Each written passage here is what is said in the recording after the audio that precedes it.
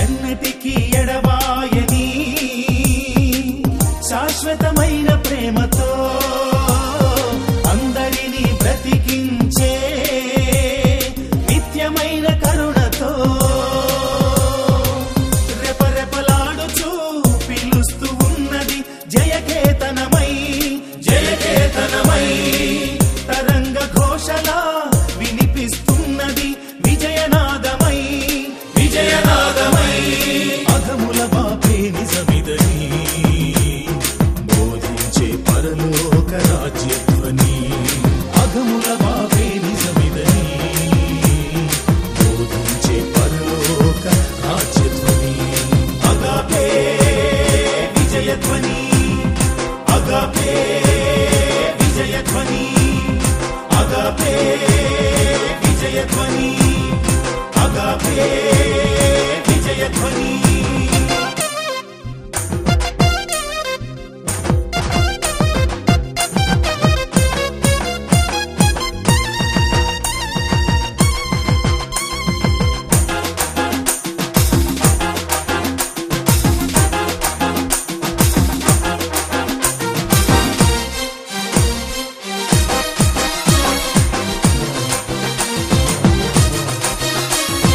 పాపముపై శాపముపై శోధనపై రోదనపై జయ జీవితమిచ్చేది ఈ అగాపే విజయధ్వని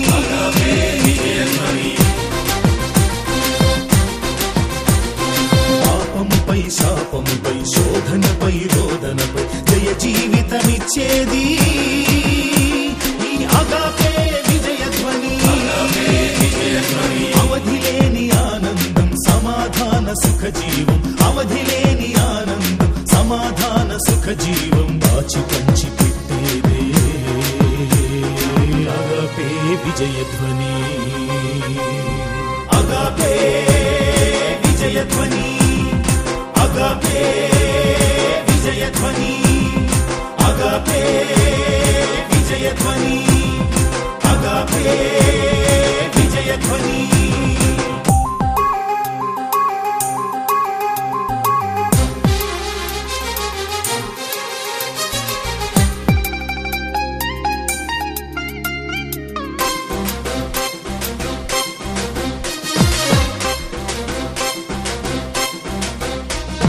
వ్యసనముపై మోహముపై రోగముపై క్రోధముపై విడుదల ప్రకటించేది ఈ అగాపే విజయధ్వని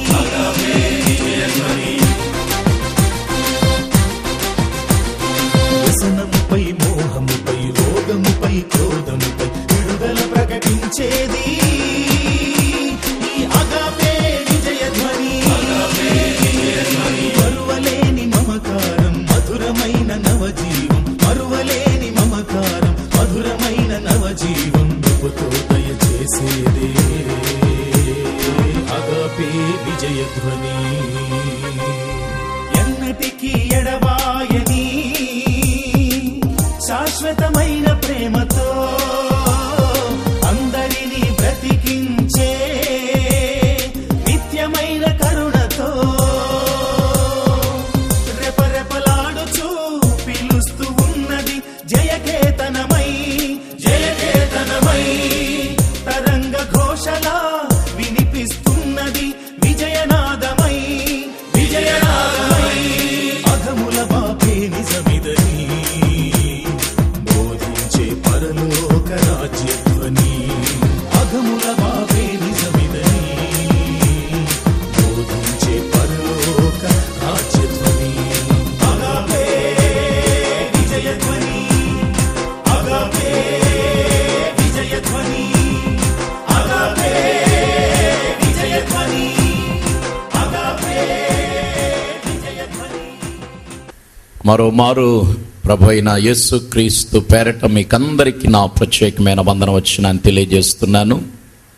కొద్ది వారాలుగా హబక్కుకు గ్రంథములో నుంచి కొన్ని ఆత్మీయ సత్యాలు నేర్చుకోవటానికి మహాదేవుడు కృపను అనుగ్రహించారు.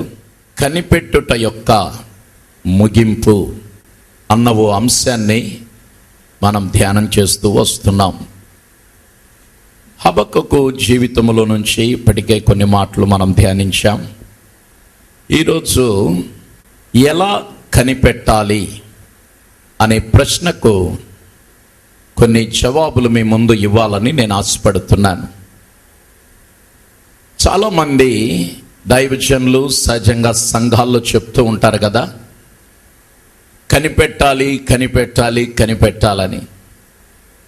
వెనకటి కాలాల్లో కనిపెట్టు కూటాలనేవే జరిగేవి.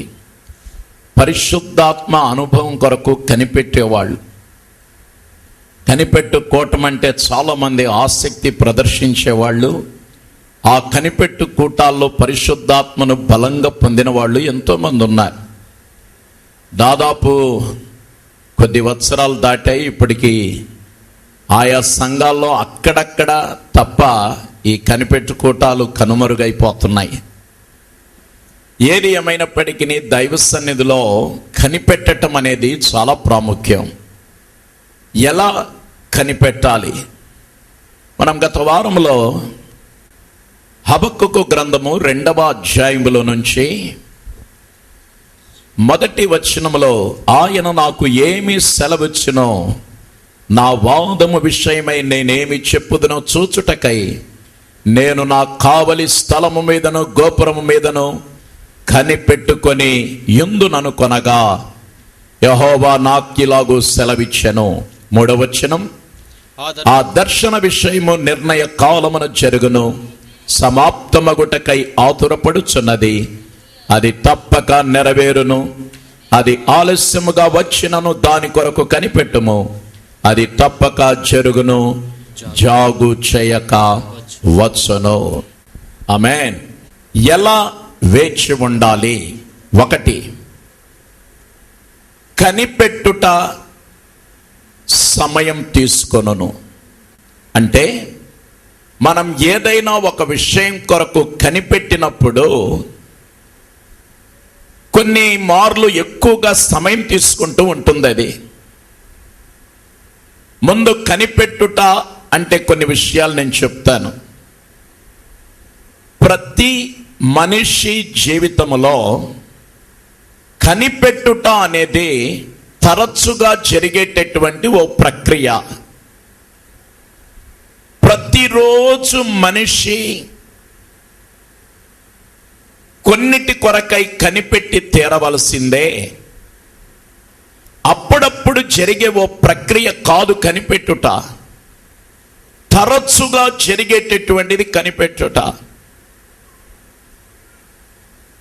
ఆఫీస్కు వెళ్ళిన భర్త, ఉద్యోగానికి వెళ్ళిన భర్త, వ్యాపారానికి వెళ్ళిన భర్త ఎప్పుడు తిరిగి వస్తాడా అని ఓ ఇల్లాలు కనిపెడుతుంది. అలాగే స్కూలుకు వెళ్ళిన, కాలేజీకి వెళ్ళిన పిల్లలు ఎప్పుడు వస్తారా అని తల్లిదండ్రులు కనిపెడతారు. మార్కెట్కి వెళ్ళినటువంటి తండ్రి ఏం పట్టుకొస్తాడా అని చిన్నపిల్లలు తండ్రి బ్యాగు కొరకు కనిపెడతా ఉంటారు. అలాగే వివాహ వయసు వచ్చిన వారు నాకు వివాహం ఎప్పుడు జరుగుతుందా అని కనిపెడతా ఉంటారు. ఆల్రెడీ వివాహం అంతా సెటిల్ అయి పలానా రోజు వివాహం అని ఒక తారీఖు పెట్టుకున్నప్పుడు ఆ తేదీ కొరకు ఎప్పుడు వివాహం దినం వస్తుందా అని కనిపెడతారు. అలాగే గర్భవతి అయిన తర్వాత ఎప్పుడు ఓ పండంటి బిడ్డకు జన్మనిస్తారని చెప్పి కనిపెడతారు. బస్ స్టాండ్కి వెళ్తే బస్సు కొరకు, రైల్వే స్టేషన్కి వెళ్తే రైలు కొరకు, ఎయిర్పోర్ట్కి వెళ్తే విమానం కొరకు, ఇలాగ ప్రయాణంలో కూడా మనిషి కనిపెడుతూ ఉంటారు. భార్య వంట చేసేటప్పుడు భర్త, పిల్లలు కనిపెడతారు ఎప్పుడు వంట అవుతుందా, ఎప్పుడు తిందామా అని. సహజంగా ప్రతి మనిషి జీవితంలో కనిపెట్టుట అనేది దైనందిన జీవితంలో ఓ భాగమైపోయి ఉంది. అందుకే దైవ సన్నిధిలో కూడా ఒక వ్యక్తి కనిపెట్టి తీరవలసిందే. అనుదిన జీవితంలో అన్నిటి కొరకు కనిపెట్టే మనుష్యుడు దేవుని దగ్గర కనిపెట్టే విషయంలో పలుమార్లు వెనకంజలో ఉంటూ ఉన్నాడు. అన్ని చోట్ల కనిపెట్టి తాను అనుకున్నది సాధించినప్పుడు మనిషి ఆనందిస్తూ ఉంటాడు. కానీ దైవ సన్నిధిలో మనిషి పలుమార్లు కనిపెట్టకుండా తొందరపడి లేచి వెళ్ళిపోతారు. ఇక్కడ ప్రవక్త అయినటువంటి హబక్కూకు దేవుని దగ్గర కనిపెడుతూ ఉన్నాడు. కనిపెట్టుట యొక్క ముగింపు అనేదే మన సబ్జెక్ట్, అది గుర్తుపెట్టుకోండి. ఎందుకంటే ఒక్క సత్యం చెప్తాను, నీవు ఏ విషయములో అయితే ప్రియ సోదరి సోదరుడా దైవ సన్నిధిలో కనిపెట్టుకొని ఉన్నావో ఒక అద్భుతమైన ముగింపు దేవుడు దానికి దయచేయబోతున్నాడు. నమ్మే వాళ్ళు బిగ్గరగా చప్పట్లు కొట్టి దేవుని ఘనపరుద్దాం. దేని కొరకు మీరు కనిపెట్టుకొని ఉన్నారో ఒక అద్భుతమైన ముగింపును మీరు చూడబోతూ ఉన్నారు. కనిపెట్టుట కాస్త సమయం తీసుకుంటుంది.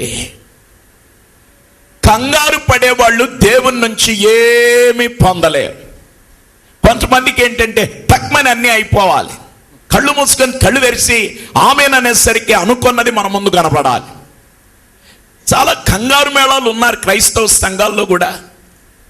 ఈ మాటలు వింటున్నటువంటి మీలో చాలా మంది ఒక అంశం దైవ సన్నిధిలో పెట్టి కంగారు పడిపోతున్నారు. దాని నెరవేర్పు కొరకు కంగారు పడి కొంతమంది ప్రార్థించడం మానేశారు, ఉపవసించడం మానేశారు, దేవునిలో ఎదగటం మానేశారు, వచ్చే విషయంలో మానేశారు, ముందంజ వేసే విషయంలో మానేశారు. ఎదుగుదల సరి అయిన రీతిగా లేకుండా కనిపెట్టలేక చతికిలబడే వ్యక్తులు చాలా మంది ఉన్నారు. అటువంటి వారిలో ఒకవేళ మీలో ఒకరు ఉన్నట్లయితే ఈ రోజే మరలా తిరిగి కనిపెట్టు ఒక అద్భుతమైన సమాప్తిని మీరు చూడబోతున్నారు. దేవునికి స్తోత్రం. కంగారు పడేవాళ్ళు దేవుని నుంచి ఏం పొందుకోలేరు. ప్రసంగి గ్రంథంలో ఒక మాట వ్రాయబడింది, రాజు సముఖము నుంచి త్వరపడి వెళ్ళకుము.